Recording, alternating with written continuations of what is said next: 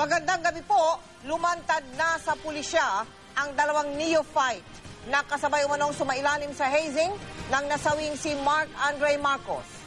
Kulay talong pa ang kanilang mga binti at hita at hirap ngayong maglakad. Lumantad daw sila para patunayang hindi sila mga sospek, kung hindi mga biktima rin ng hazing. Mula sa Camp Vicente Lim sa Canlubang, Laguna, nakatutok live si Emil Sumangin. Emil. Well, Mike, sa panibagong development na ito, umaasa ang pulisya na tuluyan ng lilinaw ang kaso kaugnay sa pagkamatay ng hazing victim na si Mark Andre Marcos. Dito sa safe house ng PNP sa isang undisclosed location, pansamantalang ngayong nananatili ang dalawa sa kasama ng biktimang si Mark Andre Marcos na sumailalim umano sa initiation rites ng Lex Leonum Fraternitas. Nabigyan ng pagkakataon ng GMA News na makuna ng video sina Efraim Daniel Lara at Christopher Ryan Maranan, kapwa 21 anyos. Ang dalawa ay kabatch ng biktimang si Mark Andre sa San Beda College of Law sa Mendiola at kasabay na pumasok at sumailalim sa initiation rites noong araw ng linggo. Hirap ngayong maglakad sina Lara at Maranan, maga at kulay talong ang hit at binti ng dalawa, bukod pa sa mga sugat at pasa sa braso nila. Unfortunately, hindi maganda ang kalagayan nila, but I'm definite na buhay sila.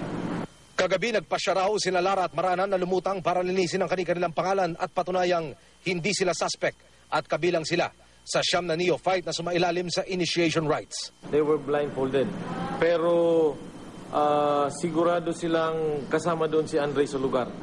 May physical abuse from this part down to their feet. May mga hematoma.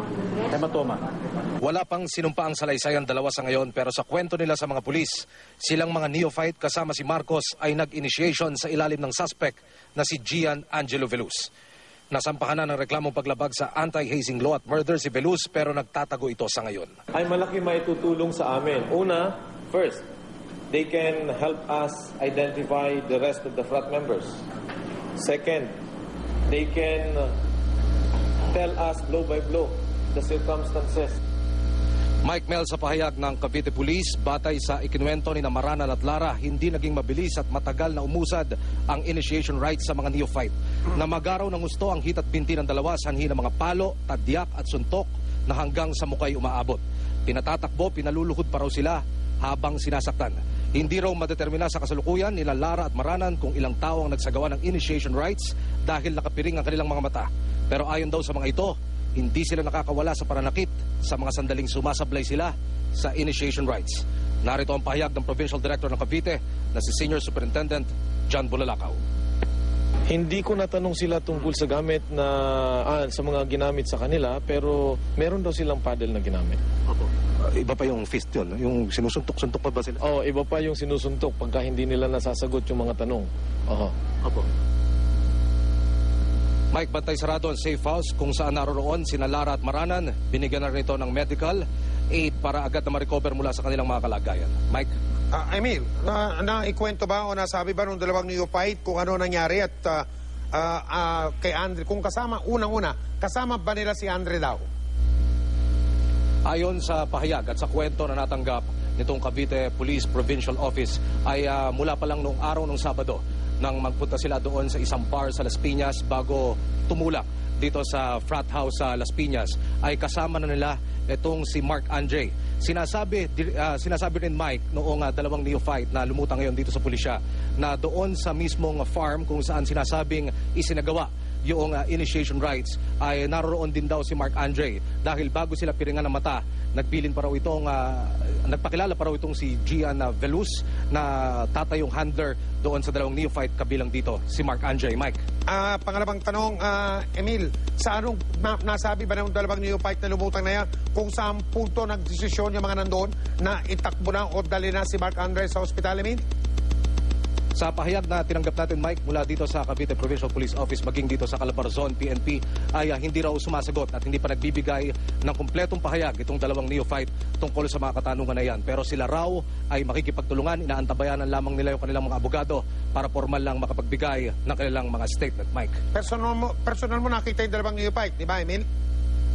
Tama yan, Mike. Okay. Alas 4 kaninang hapon ay nagkaroon tayo ng pagkakataon. Pinapasok tayo ng mga PNP officials doon sa sinasabing safe house kung saan naroon yung dalawang neophyte at personal natin nakita ang kanilang mga kalagayan, Mike. Ayan, bukod dyan sa mga nakikita natin, mga pasa-pasa at kulay talong na, kulay violet na, matinding pasayan sa mga katawan nila Meron ka bang iba pang napansin dyan sa dalawang estudyante na yan, Emil?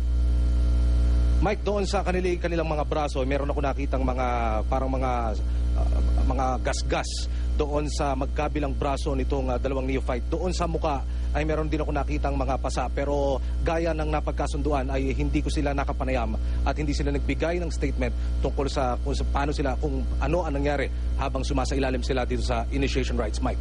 Ang sinasabi mo, Emil, pati sa mga mukha ng mga bata, merong tanda ng pagpapahirap? Kumpara, Mike, doon sa mga pasa na kanilang tinamo sa kanilang mga hita, hindi masyado seryosong maituturing yung mga marka sa kanilang mga muka. Doon sa braso, Mike, ay kapansin-pansin din dahil nung kanilang nililis yung kanilang mga manggas ay kulay talong pa rin yung ilan sa kanilang mga braso buhat sanhiraw ng suntok at palo, Mike. Hindi na ba nila na ikwento, Emil, kung anong kaibahan ng dinanas nila at sa dinanas ni Mark Andre? Sapagkat sila buhay Si Mark Andre nakaburol na ngayon, Emil. Hanggang sa mga sandaling ito, Mike, yan ang inaantabayanan ng pulisya doon sa kanilang mga statement na ibibigay kung bakit humantong sa pagkamatay yung kay Mark Andre, yung siya sumailalim dito sa initiation. At itong dalawang ito, kasama yung 6 na iba pang at large ngayon, yung mga hindi pa lumalantad o lumulutang dito sa pulisya kung paano sila nakalusot at nakapasa sa initiation rites ng naturang fraternity, Mike. Maraming salamat, Emil Sumangil.